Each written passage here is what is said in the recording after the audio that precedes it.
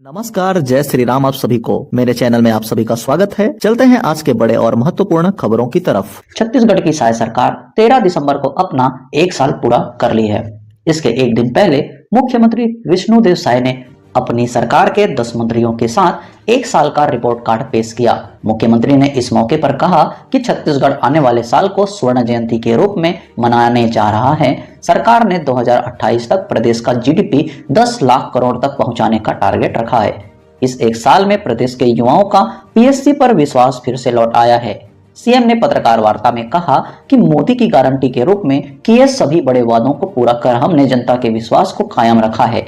1 साल में छत्तीसगढ़ ने विकास के अनेक नए आयाम स्थापित किए हैं। विधानसभा चुनाव के दौरान हमने लोगों से वादा किया था कि हमारी सरकार बनी तो प्रदेश में सुशासन की स्थापना करेंगे, भ्रष्टाचार मुक्त और पारदर्शी व्यवस्था स्थापित करेंगे।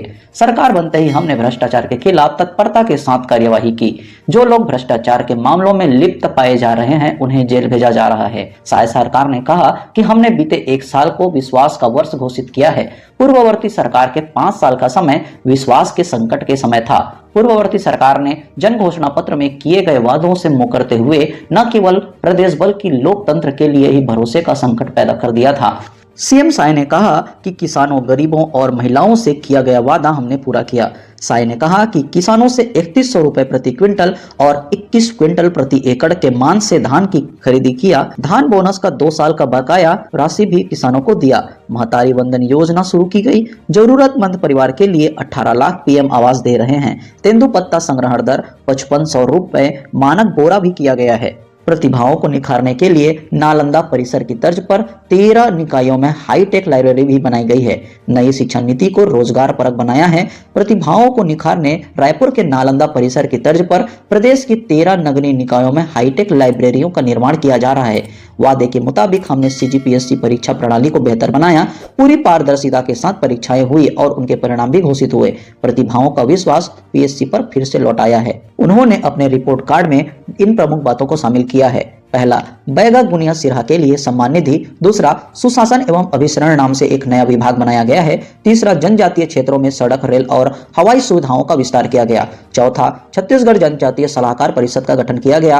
पांचवा, प्रदेश में पर्यटन कॉरिडोर का निर्माण किया जा रहा है। छठवां, श्री राम लला दर्शन योजना की शुरुआत की गई। सातवां, प्रदेश में रोजगार परक औद्योगिक नीति लागू की गई। और आठवां, उन्होंने बताया कि 1 साल में 213 नक्सलियों को ढेर किया गया। प्रदेश में स्वास्थ्य सुविधाओं के विस्तार के लिए प्रतिबद्ध सरकार ने शहीद वीरनारायण सिंह स्वास्थ्य योजना की शुरुआत की। वहीं सिम्स बिलासपुर में 200 करोड़ की लागत से भवन विस्तार का कार्य किया। राज्य में 4 नए मेडिकल कॉलेजों की स्थापना भी की गई, जिसमें उन्होंने यह भी कहा कि मार्च 2026 तक प्रदेश से नक्सलवाद खत्म हो जाएगा। 1 साल में 213 नक्सली मुठभेड़ मारे गए हैं। 1700 से ज्यादा नक्सली या तो आत्मसमर्पण कर चुके हैं या उनकी गिरफ्तारी हुई है। वहीं 96 से ज्यादा गाँव को फोर्स की सुरक्षा भी मिली है। अपराधी किस्म के लोगों पर कार्रवाई हो रही है। महिलाओं और किसानों के भी सरकार का विश्वास बढ़ा है।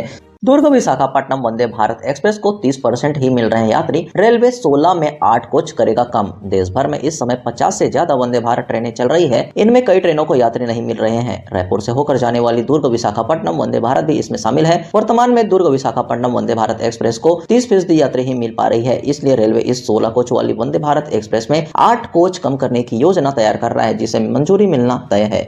छत्तीसगढ़ में नगरीय निकाय चुनाव को लेकर पार्षदों की खर्च सीमा तय कर दी गई है।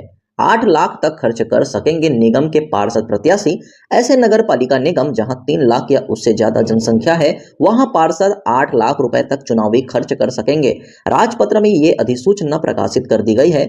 नगरीय निकायों के चुनाव के लिए विधानसभा सत्र के बाद आचार संहिता लागू हो सकती है। इससे पहले निकाय चुनाव के लिए वोटर लिस्ट फाइनल होगी। इसके कुछ दिन बाद वार्ड वार आबादी के अनुसार आरक्षण की सूची जारी की जाएगी। चुनाव से पहले पार्षदों को सरकार ने 6-6 लाख रुपए जारी किए हैं। चुनाव से पहले छत्तीसगढ़ सरकार ने पार्षदों के लिए 6-6 लाख रुपए विकास कार्यों के लिए जारी किए हैं। सीएम विष्णुदेव साय की पहल पर डिप्टी सीएम अरुण साव ने 14 नगर निगम के पार्षदों के लिए 21 करोड़ 96 लाख रुपए तक एक दिन से पहले ही जारी कर दिए हैं, जबकि 166 नगरीय निकायों के पार्षदों के लिए कुल 66 करोड़ 6 लाख रुपए की पार्षद निधि भी जारी की गई है। ओबीसी आरक्षण भी राजपत्र में शामिल किया गया है। प्रदेश के निकायों में ओबीसी को 50% आरक्षण देने का फैसला कैबिनेट की बैठक में सरकार ने लिया था। इसे भी राज्यपाल की सहमति से राजपत्र में शामिल कर दिया गया है। इससे पहले ओबीसी को 25% तक प्राथमिकता दी जाती रही है।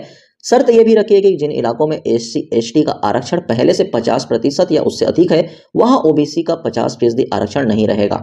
नगरीय निकाय चुनावों में अब मेयर और अध्यक्ष का चुनाव प्रत्यक्ष रूप से होगा, यानी पार्षद के साथ ही मेयर और अध्यक्ष के लिए भी जनता वोट करेगी। साई कैबिनेट की बैठक में यह फैसला लिया गया था। 2018 में प्रदेश में कांग्रेस की सरकार आने के बाद यह नियम बदल गया था। इसमें मेयर चुनने का हक पार्षदों को दिया जाता था। हालांकि भूपेश कार्यकाल से पहले भी जनता ही पार्षदों के साथ मेयर को चुनती थी। भाजपा के युवा नेता उज्जवल दीपक को यंग लीडर्स अवार्ड से सम्मानित किया गया। राजनीति के क्षेत्र में उत्कृष्ट योगदान के लिए यह मिला सम्मान। उज्जवल दीपक ने कहा कि यंग लीडर अवार्ड से सम्मानित करने के लिए मैं पूरी विश्वविद्यालय परिवार का आभारी हूँ। मुझे प्रसन्नता है कि मेरे द्वारा किए जा रहे राजनीति और सामाजिक कार्यों को विश्वविद्यालय ने इस अवार्ड के माध्यम से प्रोत्साहित करते हुए मुझे देश की राजनीति में एक सकारात्मक परिवर्तन लाने के लिए निरंतर कार्य करने की प्रेरणा प्रदान की है। विश्व की प्रतिष्ठित कोलंबिया विश्वविद्यालय से शिक्षित उज्जवल रिलायंस के लीडरशिप प्रोग्राम में भी चयनित हो चुके हैं और वर्तमान में अपने गृह राज्य छत्तीसगढ़ में युवाओं की मुखर आवाज बनकर उभरे हैं। ओवैसी ने बांग्लादेश में हिंदुओं की सुरक्षा का मुद्दा उठाया।